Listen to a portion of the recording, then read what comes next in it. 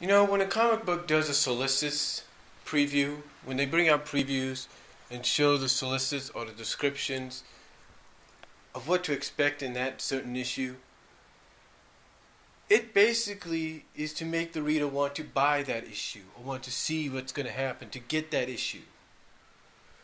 However, when a solicits asks question of what's this, what's that, how's this, how's that, blah, blah, blah, and yet, let's say a long-time subscriber or reader looks at this and goes like, why are they asking this if we already know certain things? It's because, again, like many people have said, solicits sometimes, when they're described like that, in my personal opinion, is to draw in a new reader, a new fan base. I mean, heck, even when you have the editor-in-chief say, hey, we want to not confuse new readers, there's your answer. I mean, true, not a lot of long-time comic book fans like what they do. Like what companies do. We do it small, massive, tiny, in between. You know, they may not like some of the retcons and reboots and all that occur. But basically it's to satisfy a new generation. You see, from a business sense, comic book companies, especially the head people, the main people in charge, they think sometimes that the long-time fan base, the long-term readership and subscribers are not going to be around forever, and that eventually they're just going to go off and do other things and take their interest elsewhere. So by doing so, they basically have to say, what do we do to keep our comics from not going into obscurity? What can we do from keeping our characters from not going into obscurity? And then the obvious answer hits. Let's retcon some of the characters. Let's retcon some of the storylines. Let's retcon the entire universe. Basically, let's revamp it. Let's reboot it. And that by doing so, they believe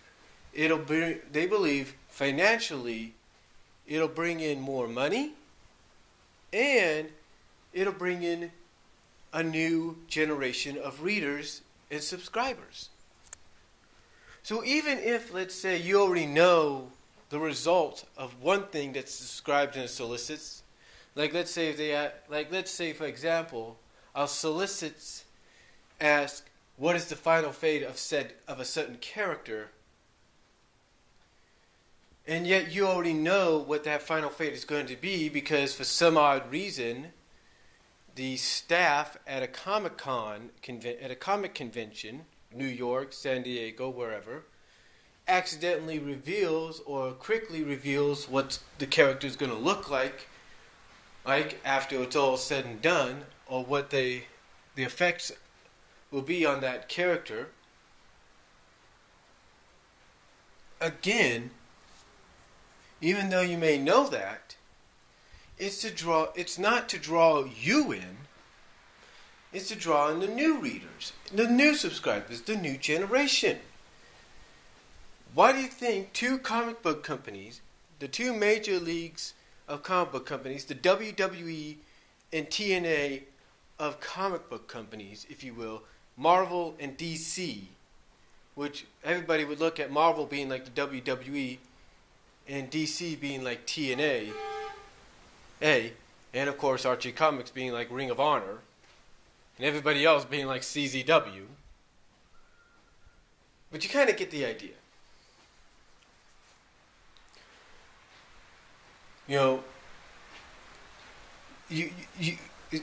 when you take a look at those companies,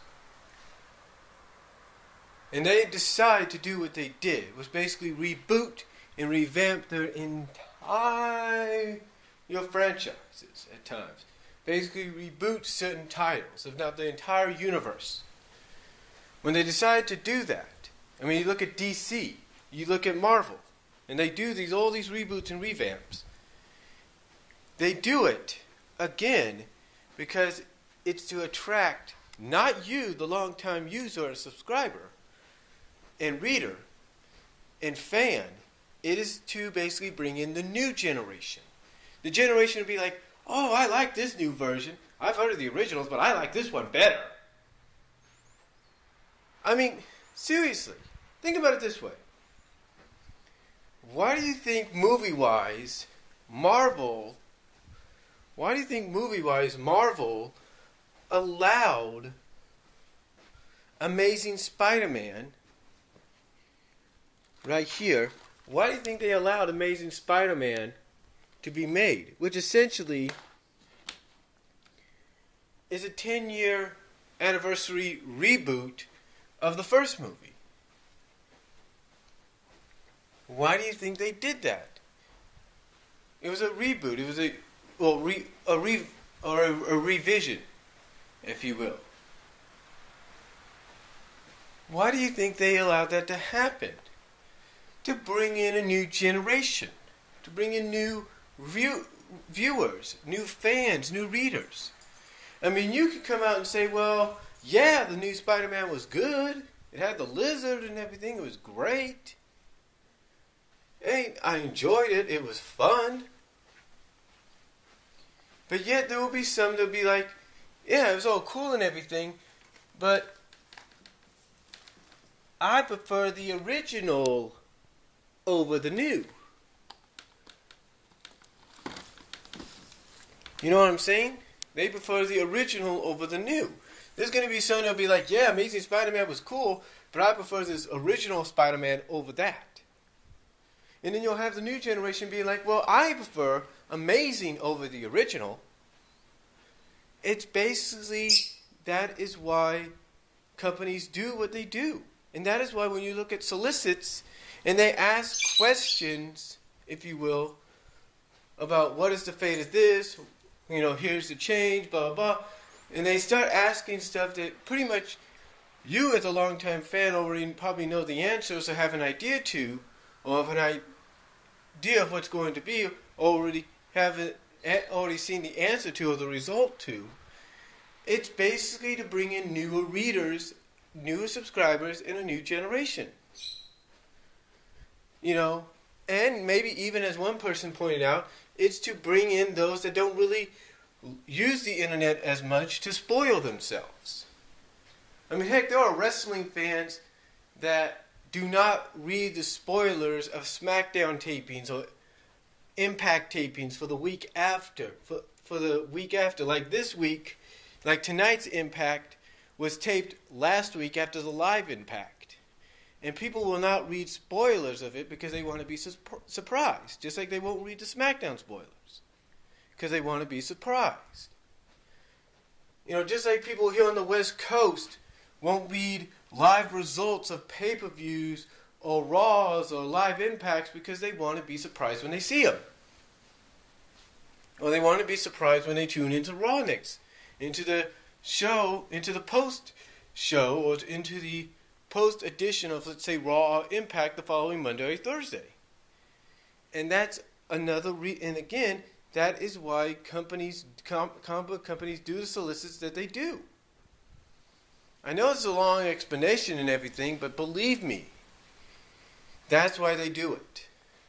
So, that's all I'm going to say on it. Let me know what you guys think. Comment below. Do you agree that this is why comic book companies bring out the solicits that they do, even if we feel what they're asking and describing in the solicits preview don't make sense, or like it's basically, hey, we already know this, we already know what's going to happen, why are they asking it kind of deal. So let me know what you guys think below. Comment if you like. I'll talk to you all later.